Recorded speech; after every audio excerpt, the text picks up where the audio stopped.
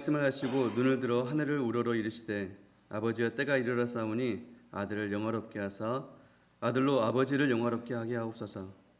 아버지께서 아들에게 주신 모든 사람에게 영생을 주게 하시고 만민을 다스리는 권세를 아들에게 주셨으리로소이다. 영생은 곧 유일하신 참 하나님과 그가 보내신 자 예수 그리스도를 아는 것이니이다.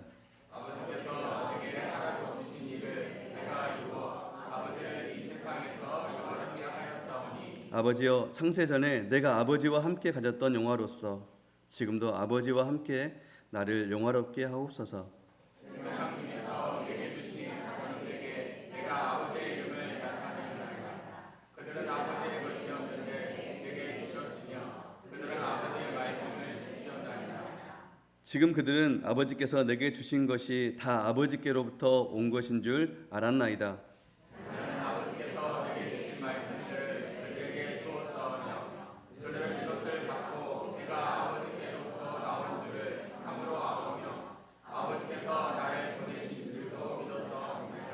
내가 그들을 위하여 비옵나니 내가 비옵는 것은 세상을 위함이 아니요 내게 주신 자들을 위함이니이다.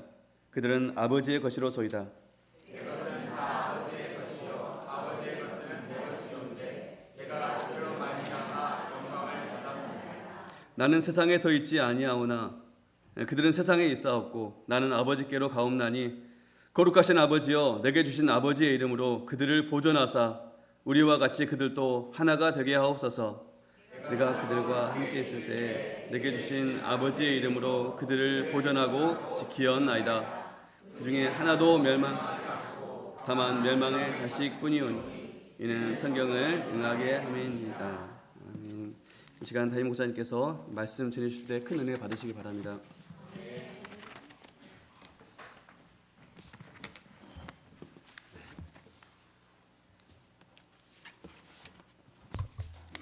기도하겠습니다. 아버지 하나님 감사합니다. 하나님 매일매일의 삶이 주님과 동행하여 주시고 하나님께서 매 순간순간마다 우리에게 지혜를 주시고 생각나게 하시고 힘을 주셔서 또한 지난 일주일간의 삶을 아름답게 성공적으로 아버지 살아왔음을 고백합니다. 하나님 아버지 지친 마음과 지친 영혼이 주님 앞에 나왔사오니 하나님 우리 가운데 성령께서 말씀을 통하여 기름 부어 주시고 찬양을 통하여 기름 부어 주시옵소서. 이 시간 말씀을 들을 때 우리 닫혀진 생각과 우리 감아진 눈과 우리 닫혀진 귀가 성령의 능력으로 열어지게 하시며 아버지 하나님이 하늘의 영원한 복을 보게 하여 주시옵소서. 하나님의 영원한 사랑을 보게 하소서. 예수님의 그 십자가의 사랑을 만나는 시간이 되게 하여 주시옵소서. 예수 그리스도 이름으로 기도드리옵나이다. 아멘. 하나님 사랑합니다. 아바 아버지 사랑합니다. 예수님 사랑합니다. 성령님 환영합니다. 하나님 아버지 나는 죄인입니다. 추악한 죄인입니다. 예수를 알지 못하였고 하나님을 아버지로 섬기지 못하였습니다. 그러나 우리 주 예수 그리스도께서 나의 추악한 모든 죄짐과 생각과 행동들을 죄악들을 대신 짊어지시고 십자가에서 나의 모든 죄를 청산하였고 갚으셨고 나에게 영원한 영생을 나에게 영원한 생명을 주셨음을 믿고 감사드립니다. 나는 이제 죄가 없습니다. 하나님 나를 의인으로 인정하셨습니다. 그러나 매일매일 생각으로 짓는 죄, 마음으로 짓는 죄, 입술로 짓는 죄, 보지 말아야 할 것을 보는 죄, 듣지 말아야 할 것을 듣는 죄. 예수 그리스도의 이름으로 매일매일 자복하고 또 자복하여서 매일매일 예수님이 가졌던 안전한 거룩성을 닮아가도록 도와주세요. 아버지 하나님 감사합니다. 예수님 감사합니다. 서로 축복하겠습니다.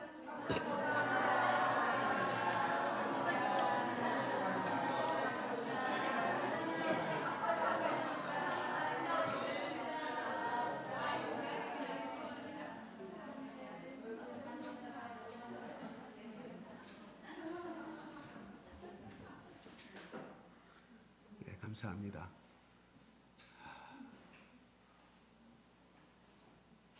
예수님이요, 요한복음이 21장까지 되어 있잖아요. 그런데 요한복음 13장부터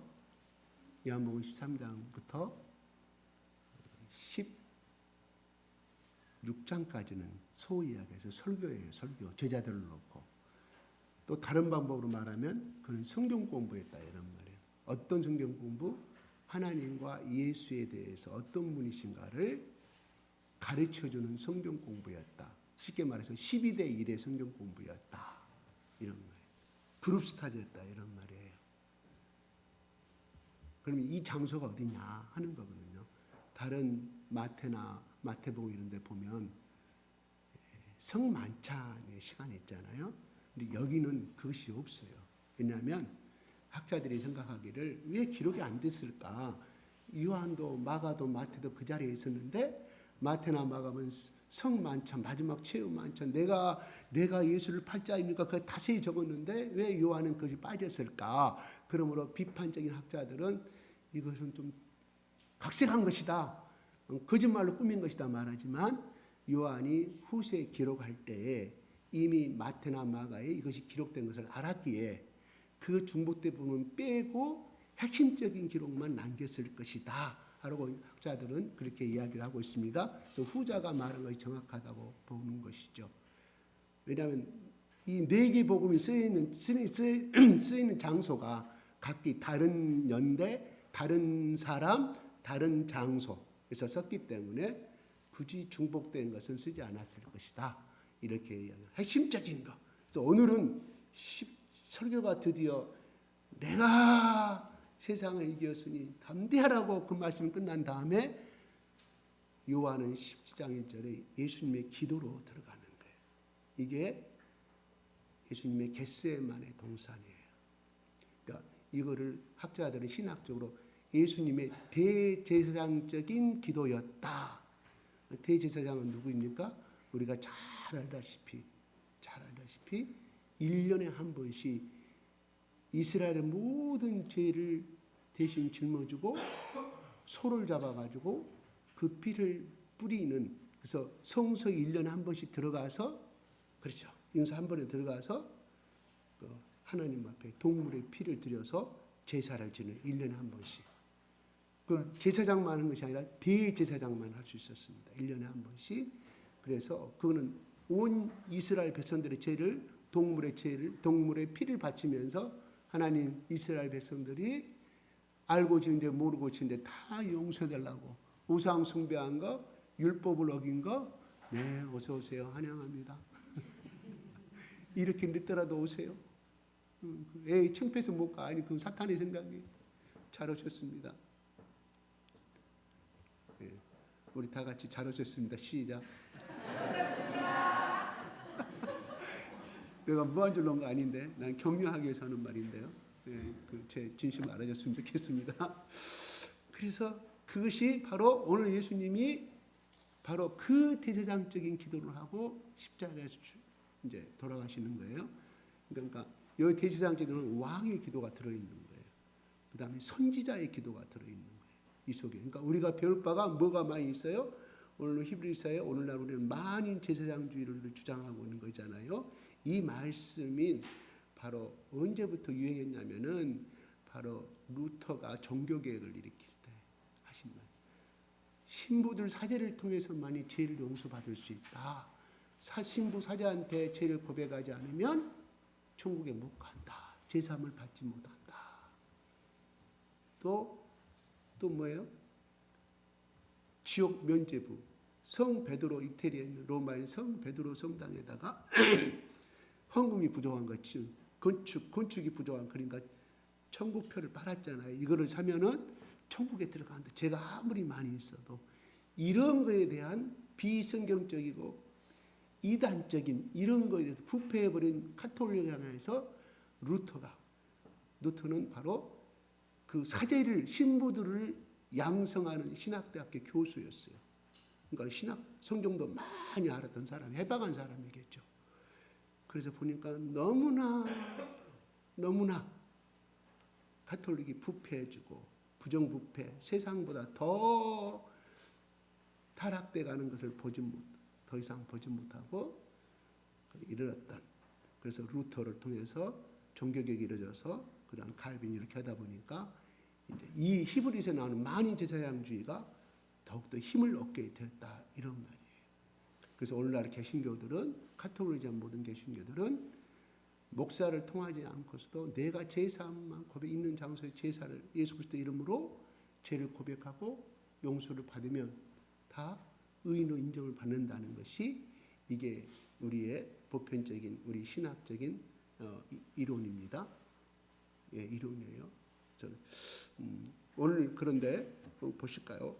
예수께서 이 말씀을 마치시고, 그러니까 16장 33절을 말하겠죠. 그죠? 1절에 이 말씀을 마치시고, 좀 본문 좀 올려주세요.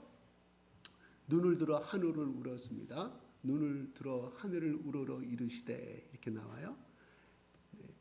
오늘날 이스라엘 백성들은 기도할 때 하늘 쳐다봐 두 팔 벌리고 이렇게, 구약시대 때 그렇게 했어요.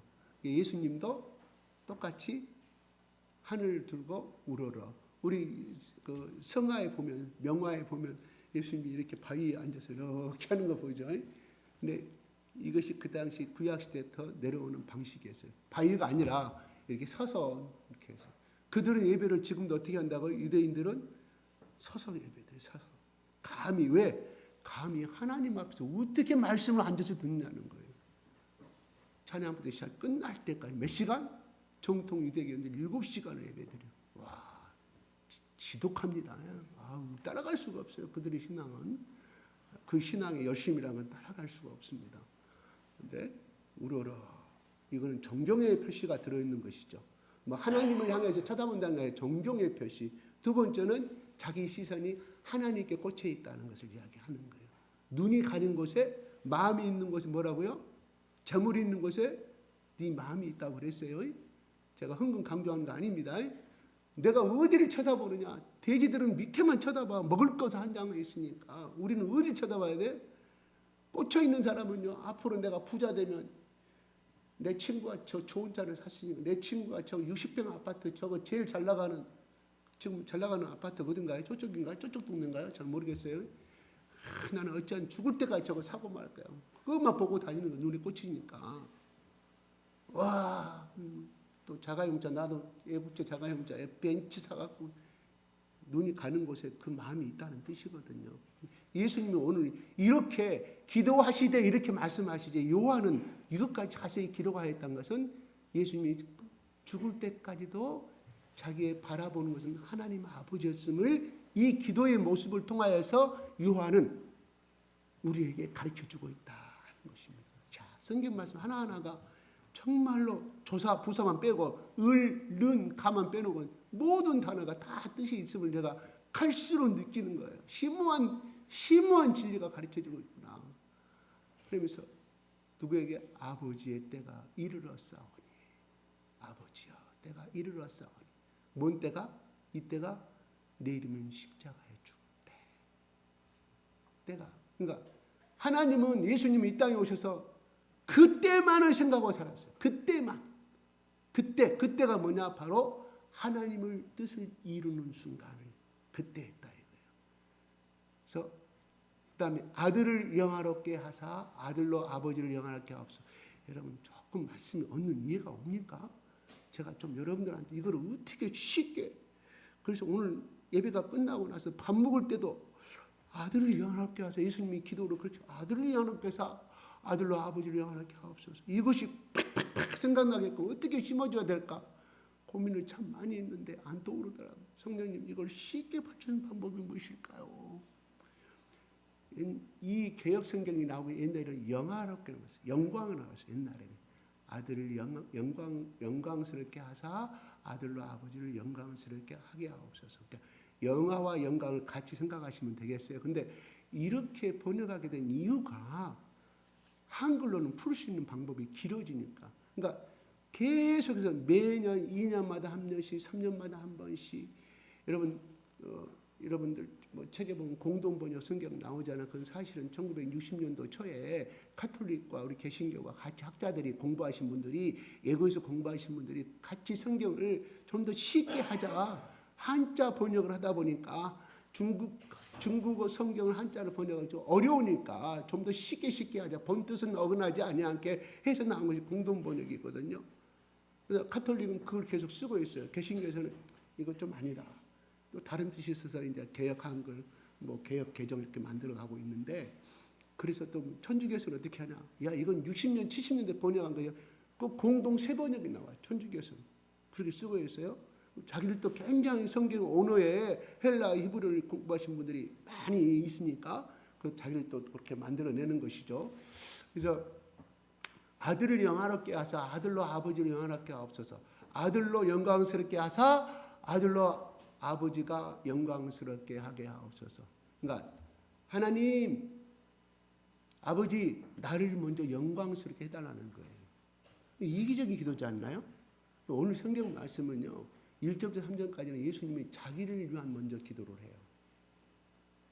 분류를 해보면, 그래서 그럼 우리가 그 한자를 계속 똑같이 해석해 봅시다. 한자가 상당히 히브리하고 이렇게 헬라하고 깊은 뜻이 있어요. 우리는 소리음이잖아요. 그건 뜻글자잖아요. 영화자. 그래, 우리 해석하면 영화를 영자로 이걸 알아요. 이건 초등학생도 알겠죠. 요새 한자 공부하니까. 그러면 하자, 화려한 하자라고 우리 해석을 해요. 근데 영화롭고 화려하다 어느 뜻이 들어와요? 추상적인 것은 들어오죠. 근데 이거를 각고 문자로 해석하면 그들은 어쩜 이 성경 언어하고 비슷하게 해석을 하는지 모르겠습니다. 한자 말이.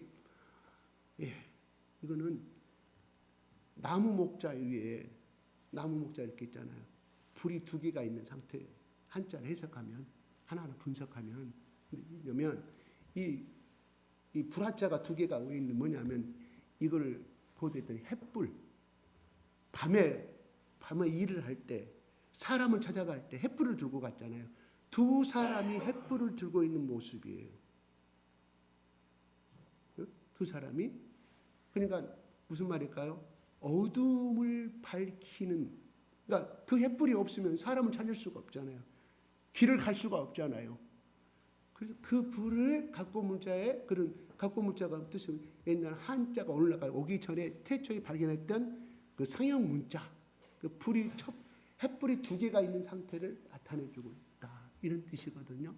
그러니까 그 햇불이 꺼지면 밥도 못해, 아무것도 할 수 없는 상태를 이야기해 주는 거예요. 그러니까 밝음의 상태를 말해 주고 있죠. 그 다음에 화자는 화려한 화자인데요. 영자도 무슨 뜻이냐면 빛나다 영자가 들어있습니다. 하자도 빛날 하자도 들어있어요. 빛날 하자. 그러니까 이것은 어떤 뜻이냐면, 어질거워진 사람이 무릎 꿇고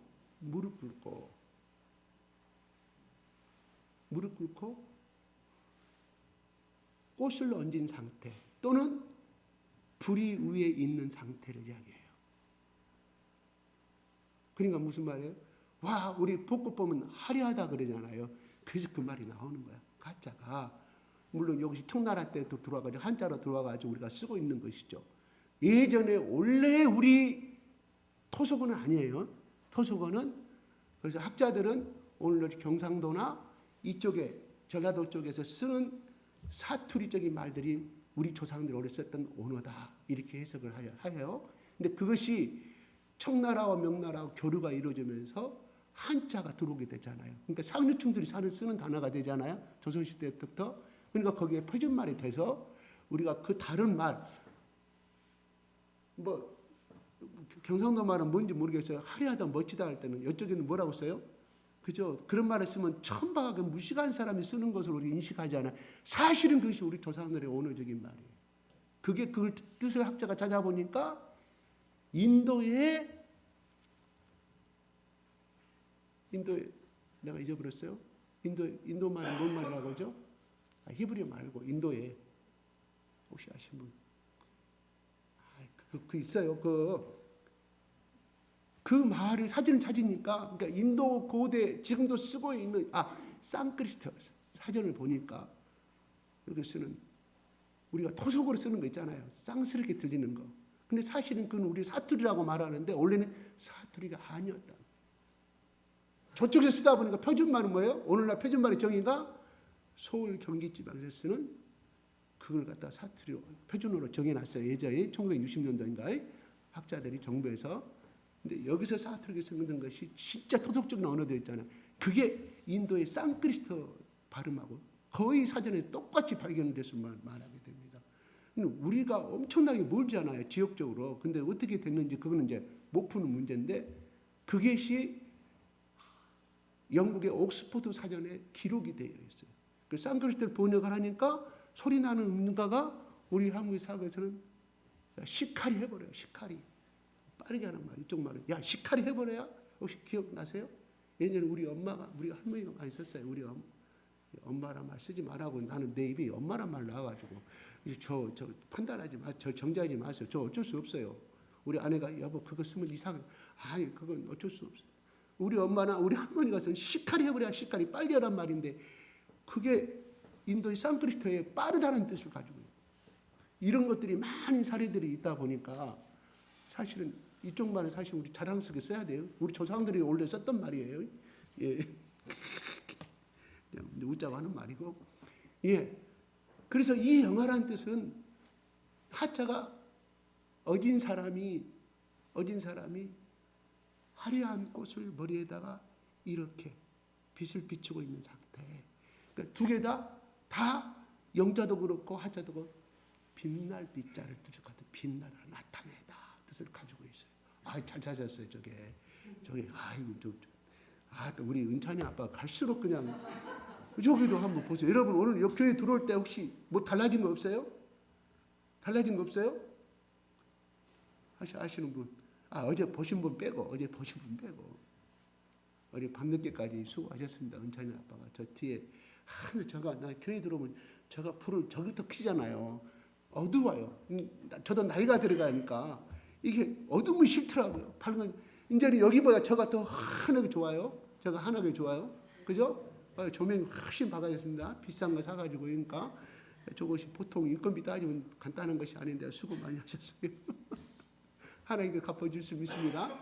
예. 빛나고 빛나다 이런 말이에요. 그 햇불에가 밤을 비추듯이 하나님이라는 자체가 왜 영화롭게 예수님을 표현하셨을까? 하셨을까? 영원히 꺼지지 않는 빛을 말합니다. 그죠? 아무리 올림픽 때라든가 기타 많이 빛을 나는 순간이에요. 가수도 순간이고 다 순간이에요. 그죠? 인기도 한때라고 다 그래서 나중에 보면 그 화려한 그 매체를 자랑하였던 무슨 뭐 유명한 여러분 아이들 스타들 보면 이렇게 이상한 쪽으로 많이 전락해버려 평범한 사람으로 전락하고 마약 중독으로 전락해버린 사람들 많이 바라보게 됩니다. 그러나 우리 하나님은 본체시 빛이다 보니 영원히 꺼지지 않는 그 빛. 그 빛은 그 당시에 햇불을 두 개는 최대를 상징하는 것이거든요. 더 어떤 것도 밝힐 수 없는 상태를 같은 것처럼 우리 하나님이 먼저 예수께서 말씀하시기를 나를 그렇게 해달라. 좀 이상하지 않나요? 그리고 나를 통해서 아버지도 그렇게 받아주세요. 영원한 꺼지지 않는 빛으로 남아주세요. 어둠을 비치고 또 영적으로 해석하면 좌절과 또한 어둠의 구렁텅이 사람들 속에 그 빛을 비춰서서 그 어둠에서 튀어나와서 새로운 희망을 얻고 힘을 차게 날아가는 그래서 이 영화 속에는 그것들이 새로운 기운을 또 포함하고 있어요. 그래서 하나님 그는 뭐예요? 하나님 그는 힘을 상징합니다. 그래서 히브리어 첫 글자가 알레트라고 그러거든요. 알레트. 그게 뭐냐면 히브리어도 약간의 그 형상적인 문자를 가지고 있어요. 그 알레트의 모습이, 언어의 모습이 항소가, 뿔 달린 항소가 힘을 상징합니다. 그대 고대 시대 때는 항소보다 더 큰 센 동물이 없다고 생각했어요. 근데 히브리어를 누가 만드는지는 모르죠. 물론 하나님이 인간을 통해서 주셨겠지만, 근데 첫 번째 글자가 우리 영어로는 A잖아요. 히브리 글자는 알레트라고 해가지고 그 항소를 상징합니다. 항소, 힘이 센 항소. 그래서 근데 하나님이 그러한 존재로 표현하고 있다는 거예요. 영원히 하나님 위에 다른 신은 없다. 뭔 말일까요? 뭔 말일까? 하나님보다 힘이 더 센 사람이 있으면 오늘 저기 우크라이나가 저렇게 합니까? 저 러시아 저거 때문에 저렇게 시달림을 받고 있고 수많은 사람이 죽어가고 있는데 만약에 우크라이나가 러시아보다 더 힘이 셌다고 하면 과연 건드렸을까요? 못 건드리죠. 하나님은 그렇게 우주의 하나님, 전 어떤 것도 건들 수 없는 그런 하나님이 더 빛나고 모든 인생들로부터 영광을 받으시옵소서, 이런 말이에요. 그러니까 아들을 영화롭게 하는 이 의미는 내가 내가 십자가에 내리면 죽는데 그것이 이미 그것을 이루어지지 않았지만 십자가의 죽음으로 사람들은 나를 패배의 인생으로 볼지 모르지만 하나님, 나는 분명히 이야기합니다. 아버지한테 이야기합니다. 나를 절대로 패배의 인생이 아니라 승리의 인생의 후대 제서 가운데 내가 영광을 받을 것임을 하나님, 당신이 책임져 주세요, 이런 말이에요. 예수님이 이미 알았다. 전번에 제가 뭐라 그랬어요? 16장 33절은 담대하라. 내가 세상을 이겼노라. 어떻게 이겼어? 지금 이기고 있어요? 안 이기고 있잖아요. 끊임없이 공격받잖아요. 때로는 예수님 도망 다니고 있는데 내가 세상을 이겼노라, 이 말은 히브리어 문법상에 이미 현재는 아니지만 과거와 현재와 미래 속에 시공간을 초월한 하나님의 카이로스 안에서 이미 나는 승리를 얻었다. 이미 얻었다 하고 예수님이 선포하는 것입니다. 심지어 33절에 그 말씀을 들어 제자들이 이해를 했겠냐고. 아니 예수님이 뭐냐, 배고프면 밥 먹고 목마르면 물 마시고 그리고 돌로 쳐 죽이려고 하면 고향에서도 도피한 걸 봤는데 무슨 세상을 이겼다고 하느냐. 안 받아들였어요. 이해가 안 되니까. 형이상학적 이야기를 하니까. 보이는 것을 자기들은 믿는 거예요. 우리 인간은 그렇잖아요. 우리 하나님 사람은 보이지 않는 것을 믿는 것이다. 성령은 2000년 전에 나타난 성령님이 오늘날에도 또한 이 세상이 다 우주의 별이 떨어지고 할 때도 그 성령님은 존재하신다. 아멘. 그러므로 우리는 그분을 아버지로 모신 분은 절대로 영생이란 말은 한자 말로 표현한 거예요. 영원히 죽지 않고 산다. 영원히 죽지 않는 생명을 얻었다. 목숨을 얻었다. 이런 말이에요. 그래서 한자 말을 생각하니까 영생으로 한 마디의 단어를 두 글자로 표현하고 있는 것인데 그렇습니다. 예수는 자기가 여기 오신 목적을 알았다는 거예요. 2절 한번 볼까요? 아버지께서 아들에게 주신 모든 사람이 영생을 주게 하시려고 만민이 아닌 권세를 아들에게 주셨습니다. 왜 영화롭게 해야 되는가? 당신이 나를 먼저 영화롭게 해주고 나를 통해서 하나님이 영화롭게 하는 것은 아버지께서 아들에게 나에게 주신 모든 사람에게 영생을 주게 하시려 했다. 뭐예요? 어떻게? 내가 십자가에 죽으심으로 인해서 모든 죄값을 청산함으로 인하여 영생을 얻게 하는 누가 주셨다? 하나님이 누구에게? 예수의 거룩한 생명과 피를 통해서만이 영원한 생명을 얻게 되었다. 그것을 이미 이 땅에 내가 파견되어 나올 때 보내심을 받으러 올 때부터 하나님 나에게 주셨음을 그는 누구는? 예수는 알았다. 그래서 만민을 다스리는 권세를 아들에게 나에게 주셨다. 만민 누굴까요? 바로 그 당시에 살아있는 사람, 또 앞으로 태어날 사람, 그들을 다 다스릴 수 있는 권세를 주셨다. 누구에게? 예수님에게 주셨다. 이건 엄청난 권세를 이야기하는 거예요. 그러면서 3절에 한번 보겠습니다. 영생은 시작. 영생은 곧 유일하신 참 하나님과 그가 보내신 자 예수 그리스도를 아는 것이니라. 예. 영생은, 영원한 생명은 뭐냐? 영원한 생명은 어떻게 얻냐? 유일하신 참 하나님, 유일이라고 그랬어요. 하나밖에 없는, 이 우주에 하나밖에 없는 하나님을 아는 것. 그 하나님은 어떤 하나님이냐? 참 하나님. 참 하나님이에요. 그러니까 우리는 영어에서는 우리는 잘 배웠어요. God. 중학교 1학년 때 지금 초등학생 때 배워요. 뭐 좀 배워요. 대문자를 써요. G자를 G-O-D.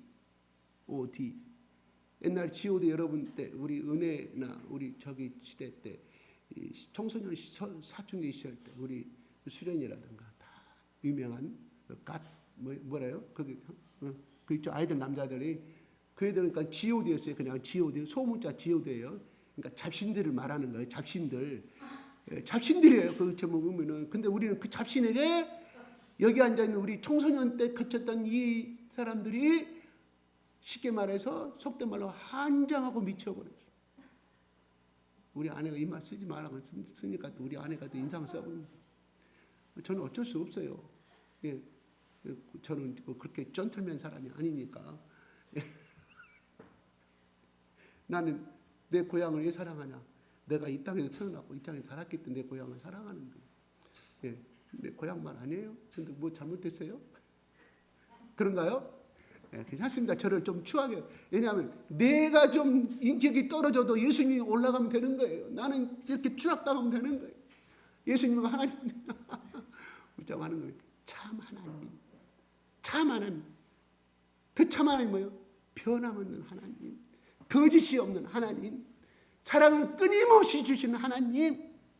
한번 택하시되 잘못했다고 이야 우리 조상신이 너 안 가야 할 자리에 갔으니까 너 제물을 안 받고 제사를 안 냈구나. 제사 안 지내고 몇 월 며칠 날 네기 부모가 며칠 날 돌아가서 제사 안 지냈다고 그렇게 하내는 그 잡신의 하나님이 아니라 우리 하나님은 끊임없이 용서해 주시되 끊임없이 사랑하시는 하나님. 그래서 그 하나님을 아는 거예요. 하나님의 속성을. 그 다음에 그 하나님이 보내신 자 예수 그리스도를 아는 것이다. 참 하나님을 아는 것과 예수 그리스도를 아는 것이 영원한 영생을 얻는 것이다고 말합니다. 제가 이거는 이제 히브리어나 야다라는 말이 표현했거든요. 야다. 언어로. 그럼 이거는 어떻게 돼요? 창세기 2장인가 3장에 나온 거예요. 제가 헷갈립니다. 아담과 이브가 동침하니 몇 절이에요? 그게 나와요. 그때 그를 야다로 써요. 아담과 이브가 밤에 이렇게 했다는 거 아니에요. 서로 아름다운 사랑을 했다는 거잖아요. 동침이라면 우리 한국은 동침이라고 해석을 했는데 히브리어 언어는 야다 똑같다. 그럼 오늘 우리가 그리스도를 아는 그것이 또 야다예요. 히브리 성경으로 보면. 신기하잖아요? 그럼 뭐냐? 제가 가끔 자주 여기 설교 이용했던 부분이죠. 내 아내를 잘하는 사람이 나만큼 있으면 나오라게 봐요. 우리 참범 집사님을 나만큼 잘 아는 사람이 있으면 에스더 권사님이 그렇게 말했다. 없어요. 손톱을 나올 사람이. 시온이보다 더 잘 알아. 자기 아버지 남편에 대해서. 비밀스러운 약점까지 알아. 그 이야기를 자기 딸한테 말할 부모가 있어요. 아내가 있어요. 그거까지요. 이석이는 뭐냐? 끊임없는 소통의 관계. 비밀이 없는 관계. 그래서 신약 성경은 부부는 한 몸이고 그래서 창세기 3장에 그들이 독립하여 한 몸이 될 것이다 그랬어요. 그 한 몸이 야다라니까요. 야다. 끊임없는 교제, 끊임없는 소통. 그 말은 뭔 말일까요? 하나가 된 것을 이야기한다. 그러면 오늘 나 성경 공부, 성경 나 열심히 공부했고 그걸 많이 가르쳤고 내가 성경 필사를 내가 10번, 5번, 10번 했는데 그렇다고 할까요? 이 야단은 뭐예요? 예를 들어서 우리 에스더 권사가 우리 참범 집사님 에스더 권사가 결혼하기 전에 지금만큼 알고 결혼했을까요? 그냥 마음이 착하고 마음에 드니까 이 여자는 내 것으로 만들어야겠다 해가지고 참범 집사님 돌진해가지고 돌격해서 내 아내를 만들고 보니까 나쁜 점도 보이고 좋은 점도 보이고 이제 인생이 이제 지금 해가 넘으셨죠. 아니 나는 저분을 나는 20대 때 봤기 때문에 항상 그 나이로 보니까 저번 친구들 보면 엄청나게 늙게 보이겠죠. 보나마나 그 모습 나는 그냥 처음 봤던 그 모습으로 많이 에스더 권사님의 자기 부인을 많이 아는 것처럼 어떻게 체험을 통하는 거잖아요. 그죠? 이해한다는 건 체험을 통해서 많이 나타나는 것이야. 이해한다는 의미가 그거예요. 그죠? 그럼 뭐 말일까요? 성경을 많이 안다고 그래요. 성경 필사를 다 했다고 그래가지고 안다고 말하느냐? 제가 예전에 이런 말, 마리아 선교사님 제가 인천 살 때 이런 말을 왜 또 어떤 일이 있었는가는 모르는데 느닷없이 그런 이야기를 하는 거예요. 우리 집 와가지고 사람들이 참 교만하다고 야삽하다고 그래서 무슨 말이에요? 소위 이야기해서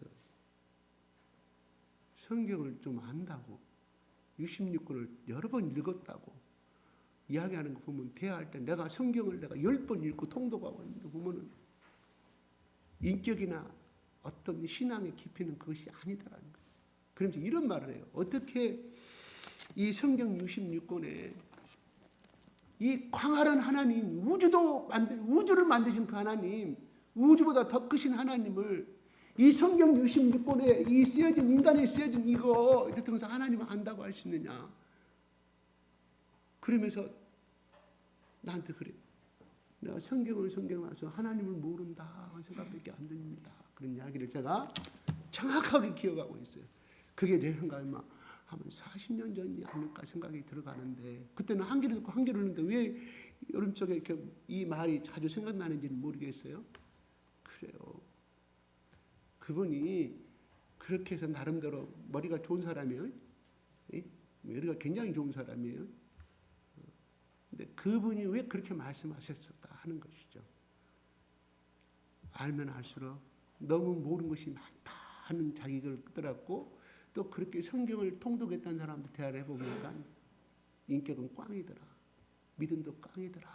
그것을 아마 그런 것을 체험하고 와서 나한테 말하지 않았을까. 혼자 생각. 살아계시면 그때 왜 나한테 이렇게 말해 이유가 뭡니까? 물어봤을 것인데 저 혼자만의 생각입니다. 이게 뭐냐? 결국은 뭐냐? 예수님과 하나님을 얻는 참 영생의 길은 하나님과의 끊임없는 교제, 하나님 앞에 하나님의 세미한 음성을 듣고 순종하는 교제, 내가 필요한 것만 듣고 내가 필요한 것만 선택하는 것이 아니라 내가 싫어하는 것도 그것 따라서 살아가는 삶, 순복하는 삶, 그럼으로써 체험을 하는 거예요. 와, 하나님이 네 겉옷으로 솎아주라고 그러는데 네 오리라고 십니까? 그렇게 했어. 나는 피곤해 죽고 어젯밤에 늦게까지 철야기도 하느라고 예를 들어서 피곤한데 어떤 사람이 부탁을 나 좀 병원에 데려가라. 나 아파 죽고 아침에 일어나가지고 병원 데려가. 한편은 내 혼의 생각은 뭐예요? 혼의 생각은 귀찮아 죽고 나 피곤한데 이거 시킨다. 가. 그런데 그걸 행하고 나서 오는 기쁨이 있잖아요. 제가 예를 드는 거 꼭 같은 예는 아니에요. 예를 들면 그리고 예를 들어서 집사님 내가 내 딸이 학비 때문에 그러는데 좀 부탁합시다. 내가 다 갚아줄게. 그랬을 때 뭐라고요? 그 돈은 내 돈이 아니에요. 내 손에서 떠난 돈은 내 돈이 아닙니다. 그래서 어떻게 해서 없는 돈에 근데 자꾸 기도하는데 성령께서 감동을 주는 거예요. 주라고. 아유 뭐 하나님 나 싫어요. 나 이 돈을 지금 내일 우리 아들 좀 대학 갈 준비 나를 하고 있는데 뭔 돈을 주라 그럽니까? 아이 저 잘못 들은 거예요. 또 기도하면 성령이 또 주라, 주라, 주라. 그것이 계속 체험담 이야기입니다. 주라, 주라. 그냥 아이고 하나님 나 몰라. 그런데 하나님이 더 많은 물질의 축복을 주더라 하는 걸 간증을 들은 적이 있어요. 이것이 뭐예요? 체험을 통해서 아는 거잖아요. 어떻게 순복했을 때, 그 말씀을 따랐을 때 이거예요. 그러면 원래 예수님이 때가 가까웠다, 내일이면 가는 이걸 당연한 준비를 하고 있잖아요. 그럼 여기까지 받아들일 수 있어 결국은 영광스러운 죽음의 십자가를 갈 수 있었던 것은 뭘까요? 이 하나님의 말씀에 매일매일 자기의 육신을 입고 있기 때문에 예수님이 신성만 갖고 있으면 그 갈등 가질 것이 전혀 없어요. 왜? 창조주 예수님이시니까. 근데 예수님이 육신을 입혔다 이런 말이 하나님이 이 땅을 보내실 때 마리아의 몸을 통해서 우리가 갖고 있는 생각을 끊임없이 갈등, 우리가 현재 생각하는 거 예수님이 갈등 안 가졌겠어요? 목이 마른 거 사마리아한테 물론 복음을 전하기 위해서 한 것이었지만 그거 똑같다. 끊임없이 자기 부인 피곤하지만 가서 병원에 가서 갔다는 거 너무너무 내가 실어다 준 사람이 기쁨을 얻고 막 그랬을 때 내 속에 거꾸로 뭐예요? 나에게 복이 들어오는 그것이 복이거든요. 기쁨이 있는 것이 복이지 뭐 있겠습니까? 그걸 통해 또 하나의 어떤 우리 어른들 말이 덕을 쌓다고 이야기하잖아요. 그 언젠가는 그 덕이 우리는 믿음의 씨앗으로 볼 수 있고 축복의 씨를 심었기 때문에 그 복을 받게 되는 것이거든요. 언젠가는 그걸 깨달으는 거예요. 내가 왜 이렇게 복이 왔지? 그때도 생각하면 돼요. 하나님 오늘 나에게 왜 이런 재물의 축복을 주세요? 기도 한번 해보세요. 성령께서 그것을 생각나게 만들어주셔요. 우리는 잊어버렸는데 그러거든요. 그래서 어른들 말이 80인데 판난다고 그렇잖아요. 그것은 괜히 나온 말이 아니라 오랜 5,000년 동안에 우리 조상들에게 점점 내려오는 체험에서 나오는 인생의 철학이라 변할 수 없는 법칙이었기 때문에 그렇게 말이 나오듯이 우리 예수께서 오늘 결국은 십자가의 죽음 앞에서 이렇게 나를 영화롭게 해달라. 그 영어는 뭐냐? 내가 죽은 다음에 모든 사람들 나를 통하여서 영광받게 하시고 구원받게 하시고 그들을 통해서 그들의 입술이 나의 이름이 나를 존경받게 만들고 나를 영화롭게 하는 그것을 통하여서 우리 하나님도 아버지도 영광을 받아주시옵소서 하는 거예요. 그 고백을 이미 이루어진 것처럼 말씀하잖아요. 그것은 이 영화가 하루아침에 된 것이 아니라 이 땅에 3년 반 동안에 3년 반, 30년은 준비 기간이었어요. 육체에 있고 목수의 삶을 살고 그랬을 때 예수님이 하나님 때가 언제입니까? 하나님이 나를 이 땅에 보내셨는데 언제까지 20살 때도 안 나와 21살 때도 안 나와 22살 때도 안 나와 목수의 삶을 살 때 예수님도 자기가 하나님의 아들이었으면 이미 알고 생활했을 거 아니겠어요? 그걸 다 죽이고 다 부인하고 살아갈 때 얼마나 많은 갈등이 있었겠어요. 근데 중요한 건 성경에는 그것이 안 나와. 원래 있었는데 없어져 버렸는데 그건 잘 모르겠어요. 나왔으면 좋았을 뻔했는데 언제까지? 예수님이 12살 때까지만 기록밖에 없잖아요. 툭 끊어져 버리잖아요. 그것이 좀 됐으면 좀 더 우리가 예수님 하나님 앞에 사명으로 나가기 전에 그 상과 예수님이 사명으로 붙들림 받기 전에 3년 반 동안에 그 삶과 비교를 해서 좀 더 은혜를 받을 수 있을 것인데 저 혼자만의 생각이에요. 여러분 이 생각 해보셨어요? 성경은 없어요. 아마 왜 없냐 이건 아버지의 고난이거든요. 주권이거든요. 그건 볼 필요가 없다. 예수님의 3년 반 동안의 삶이 어떻게 살았느냐 하는 거예요. 가만히 생각해. 예수님이 우리가 30살 때에서 33살 죽었다 그러잖아요. 30살에 부름받아 3년 반을 가만히 생각해. 어느 날 예수님이 10년간을 더 복사했으면 더 많은 기적과 더 많은 성경을 남겨도 더 많은 우리들 읽을 것이 복음서가 많았을 것인데 왜 3년 반밖에 없을까? 딱 성령께서 나에게 주는 생각이 있어요. 30년에 10분의 1은 3년. 야, 예수님이 10분의 1을 바쳤군. 자기 인생의 10분의 1. 10분의 1은 뭐예요? 전 재산을 바친 것이잖아요. 자기 전생을 드린 거예요. 여러분 매달 11조 드는 것은 하나님의 이 물질은 누가 없다 하나님께로 왔습니다. 이 모든 한 달간의 건강과 공기와 은혜를 주셔서 이 수입이 오는데 10분의 1을 바친다는 건 내가 한 달의 수입을 바치는 것이 의미가 들어있는 것이거든요. 근데 그거는 뭐예요? 네가 나머지 10분의 9는 하나님께 보셨을 때 뭐라고 했어요? 웃기고 있네. 10분의 9를 바쳐 네가 나한테 바친 것이지 무슨 10분의 1. 근데 하나님 안 그래요. 10분의 1을 바친 그 자체를 너의 한 달의 수입을 바친 걸로 인정해 주셨어요. 그 속에 상징적인 것이죠. 와, 예수님의 생애가 3년 반 동안 공생이라고 이야기, 3년 내지 3년 반이라. 야, 예수님의 인생 10분의 1을 바치셨구나. 근데 예수님을 아름답게 영화롭게 하나님이 오늘날 2000년 동안에 예수님 그러면 하나님 아버지로 우리가 부르고 예수님 때문에 눈물 흘리고 십자가 때문에 눈물 흘리고 얼마나 존경과 영화를 받고 있어요. 야, 여러분 앞으로 인생 얼마 남았어요? 그 중에 10분의 1만 바치십시다. 뭘 바치라고? 헌금 바치란 말이에요. 여러분의 이 시간을 바치자 이거. 시간을. 그러면 24시간 딱 잘라서 해요. 24시간 중에 10분의 1, 2.4시간. 뭐 교회 나와서 봉사란 말이 아니라 2.4시간만큼은 하나님이 나를 지배하도록 하나님 나를 이끌어 가도록 기도하고 살아간다면 하나님이 나를 영화롭게 만들어 주실까요? 안 만들어 주실까요? 우리 엄마 그때는 정말로 아름다운 인생을 살았다.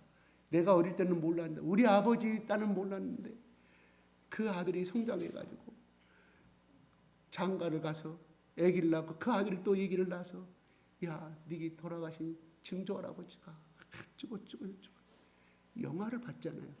그 가문의 명예가 되잖아요. 그죠? 저 지금 안 가봤거든요. 이번에 갔다 오신 분들 좀 있어요. 한번 단체로 갔다 오신 적 있나요? 저 중국 가고 없을 때. 그 문준경 선교사님 천사의 섬, 섬이 천사계라고 해요. 천사의 섬. 그분 하나의 미랄이 그죠? 첫 번째 첫날 시집 가가지고 남편 얼굴만 보고 손도 못 잡고 남편이 도망가요. 왜? 이미 사귀고 있는 여자가 있었기 때문에. 부모의 강요로 해서 그 남자가 오잖아요. 근데 나쁜 것은 아니에요. 이미 그 여인하고 같이 이미 살고 있었는데 아버지 엄마가 그때 당시엔 그렇잖아요. 그러니까 처음부터 그 거절을 했어야 되는데 문윤경 선교사는 남자의 소원도 못 잡고 평생 수천년의 마리아의 인생을 살았는데 만약에 그 만남이 없었다고 하면 그런 우리의 인간은 정말 비참한 운명의 여자였지만 그걸 통하여서 하나님이 그 사람이 그렇게 예수를 만나고 해서 그렇게 그 삶을 살아서 오늘날 그분을 통해서 탄생되고 그 마을에 인터뷰 나오더라고요. 80%가 그쪽에 있는 섬들이 80%가 주민들이 80%가 다 예수를 믿는 마을. 오늘날 그런 데 없어요. 한국으로 어디를 가든 세계 어디를 가든. 그런데 이 한 사람이냐? 그러면 이 한 사람은 어떤 사람이었냐? 바로 예수 그리스도의 십자가에 그분을 만남으로 인하여서 사명을 알았다. 예수님이 이 땅에 버리신 사명을 알았다. 문준경 선교사는 자기의 사명을 알았다는 것이죠. 그래서 불행하게도 그냥 인민군들이 그쪽 섬도 들어왔다 그러죠. 그래서 해변가에서 아름다운 순교를 당했다는 이야기가 있습니다. 그래 우리의 눈으로는 기구한 인생의 우연이었지만 그분은 바로 예수 그리스도 안에서는 아름답고 순결하고 영화로운 인생이 되었다 하는 것을 우리는 잘 알 수 있습니다. 여러분 시간이 많이 남아 돌아가신가요? 오늘 또 어디를 가야 될까 싶으면 보는 것이 곧 배우는 것이고 그런 데를 꼭 자식들을 데리고 가십시오. 그러면 그 자식도 나중에 커가지고 옛날에 네게 할머니가야 나 살아있을 때 이렇게 데리고 왔는데 너희들도 나를 죽은 다음에 꼭 이걸 이어가는 그 신화의 가문을 이어가는 또 영화를 심는 하나의 성경적인 예수 믿으란 말하지 않아도 또 영화의 가문으로 이어져가는 축복이 되지 않겠습니까? 오늘 예수님이 이야기합니다. 하나님과 예수 그리스도를 아는 것이 곧 영원한 생명을 얻는 것이다. 이 영원한 생명 속에는 사랑이 들어있습니다. 거룩이 들어있습니다. 깨끗함이 들어있습니다. 사랑을 베푸는 것이 들어있습니다. 나 자신만을 위한 삶이 아니라 이웃을 위한 삶이 들어있다. 이런 말이에요. 문중경 선교사가 그 남자 좋게 만나 그날 아름답게 살고 애기 낳고 살았다면 우리는 기록이 남지도 않았겠죠. 역사에 기독교 역사 남지도 않았겠죠. 그런데 거기서 양육받고 성장한 사람들이 오늘날 우리 교교의 유명한 CCC의 김준권 총재라든가 성도교 교단의 아주 큰 레기를 가진 이만신 목사, 따끈따끈한 찐빵이라는 책을 지으신 분이죠. 그쪽 출신들이 너무 많아. 엄청나게. 그러니 한 생명의 밀알의 씨앗이 많은 열매를 맺는 것처럼 여러분, 제가 지난주에 이런 말씀을 했어요. 어떤 지인이 자기 아들한테 어차피 네가 20살, 21살 되면 군대를 가야 되는데 끌려갈 것이냐, 네가 자원해서 갈 것이냐, 네 인생이 틀려질 것이다. 이왕에 갈 것이면 머리 들이받고 달려가거라. 그 말이 여러 가지. 만약에 이 예수님의 죽음이, 이 문중경의 죽음이 잘못해서 그냥 하는 죽음이었다고 하면 많은 씨앗을 맺었을까요? 이 일을 잘못해서 죄를 지어서 죽었다고, 살인죄를 지어 사형도 있으러 죽은 그건 아름다운 죽음일까요? 아니죠. 정말 죽음도 여러 가지가 있는 것처럼 이 예수님은 의로운 죽음이었다. 이미 자기로 인해서 자기가 비유적으로 하시는 것처럼 하나님의 미랄이 썩으면 많은 열매를 맺는 것처럼 자기도 그걸 이미 알고 하나님 앞에 수많은 인생들이 하나님께 돌아올 것인데 하나님 나를 먼저 축복해 주시고 하나님도 축복 받으세요, 하나님 영광 받으세요 이야기합니다. 그럼 우리의 기도점이 뭐가 되어야 할까? 오늘 이 말씀을 통해서 오늘 제가 뒤에 4, 5번, 6번 제가 다 정리하게 시간이 넘었어 지금. 바로 예수님의 가르친 그 길을 가는 것. 예수님이 우리에게 어떻게 기도를 하셨는가? 그 기도가 여러분 이렇게 해보세요. 예수님처럼 오늘 나온 1, 2, 3, 4, 5절 제가 3절까지 해석을 못했는데 이렇게 여러분의 인생을 복되게 하여 주실 줄로 믿습니다. 진짜요, 복되게 하실 줄로 믿습니다.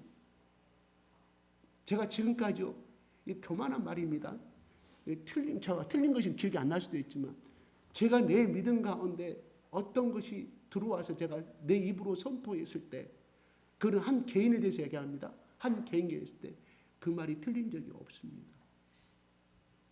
그렇다고 난 절대 저주의 말은 안 하죠. 축복의 말을 했을 때 하나님 네 인생 책임져 주시고, 예를 들어서 너 학교 졸업하자 하나님께 곧바로 직장을 주실 것이다 이런 말, 합격의 문제도 마찬가지 선포했을 때 그것이 이루어진 것을 제가 가끔 이렇게 해상을 하는 거예요. 내가 지금까지 걸어오면서.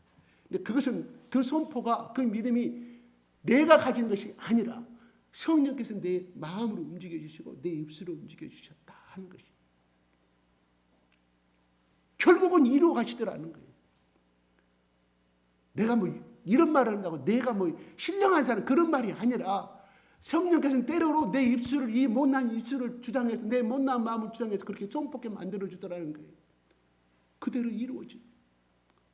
그분이 몇십 년 지나서 저한테 그거를 기억을 하면서 이야기를 할 때 그건 내 말이 아니라 성령께서 네 인생을 그렇게 복 주신다. 누구를 붙잡으면 예수님 따라가면. 예수님 따라가면. 근데 그때에 제갓길로 가버린 사람들, 반항하고 떠나버린 사람들, 제가 그들의 인생이 어떻게 됐다는 걸 듣고 있고 다는 못 듣고 있어요. 별로 아름다운 인생이에요. 제 말은 뭐 순종하라는 말이 아닙니다. 아니에요. 축복의 말을 합니다. 베드로처럼 야 아나니야 네가 어째 거짓 성령 거스냐 저주해버리는 그런 믿음의 종들이 해야 될 상이야. 축복.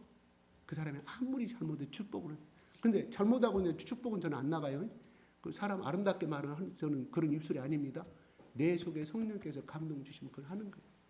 그런 나쁜 말은 저는 감춰버려요. 왜요? 내가 하나님이 아닌데 그 나쁜 말 할 뻔 뭐겠어요. 나에게 감동을 오되 정말 축복의 말은 제가 선포가 되더라. 오늘 뭔 말일까요? 우리 예수님, 우리가 그렇게 인생을 살아봅시다.